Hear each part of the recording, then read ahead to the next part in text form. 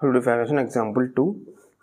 Example 2లో నేను తీసుకున్నాను. Okay, X square plus X minus 12, X square plus X minus 12 same coefficient and number multiply చేస్తే 12 వస్తుంది. Minus 12 అనుకోండి, నెంబర్ సింగిల్ నెంబర్ 12. ఇక్కడ ప్లస్ ఎక్స్ రావాలి. So X square as it is colour రాశాను, minus 12 as it is colour రాశాను. So 2 6 are 12, 3 4 are 12, అంతే. 1 12 are 12 అంతే. ఇక్కడ చూడు, ప్లస్ ఎక్స్ రావాలి. 4 మైనస్ 3 1 అంటే plus X, plus 4x minus 3x వచ్చిందా? ఓకే, ఇప్పుడు ఏం చేయాలి? ఈ రెండు నుంచి ఏం కామన్ ఉంది? ఎక్స్ కామన్ ఉంది. ఎక్స్ కామన్ ఉంటే ఏమైపోతుంది? ఎక్స్ బయటకు వచ్చేస్తుంది. ఎక్స్ స్క్వేర్లోంచి ఎక్స్ బయటకు వచ్చేసింది, ఒక ఎక్స్ మిగులుతుంది. ప్లస్ 4x, ఈ ఎక్స్లో నుంచి ఎక్స్ అనేది బయటకు వెళ్ళిపోయింది, మిగిలింది ఏంటి? 4. నెక్స్ట్ సిమిలర్గా ఇలాగే రాసేసాయి, ఎక్స్ ప్లస్ 4 అనేది రాసేసాయి. ఇప్పుడు చూడు, ఇక్కడ ఏముంది? ఎక్స్ అనేది ఒక ఎక్స్ ఉంది, ఒక ఎక్స్ లోపల ఉండిపోయింది, మిగిలింది ఏంటి? 3.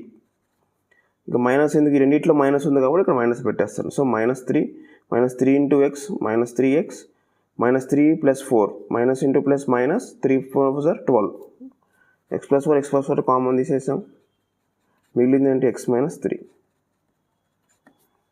సిమిలర్గా లైక్ చూడండి, ఇంకోటి కూడా చూడండి. X square plus 11x plus 24 అంటే 1 ఇంటూ 24 సో 124. మీకు కనపడతలేవు. సో 1 ఇంటూ 24,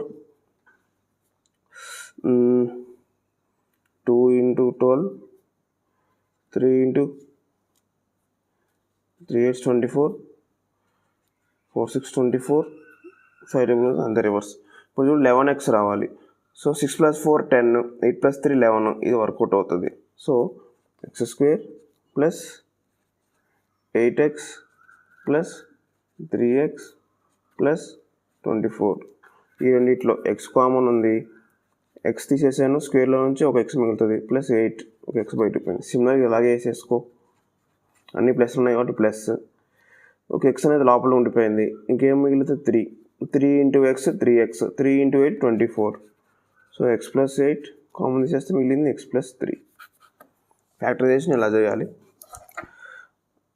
ఓకే, నెక్స్ట్ కొంచెం లైక్ ఇక్కడ స్టార్టింగ్లో కోఎఫిషియంట్ వేరే గురించి చెప్తాను, 1 కాకుండా, అప్పుడు మీకు ఇంకా క్లారిటీగా అర్థమవుతుంది. ఓకే.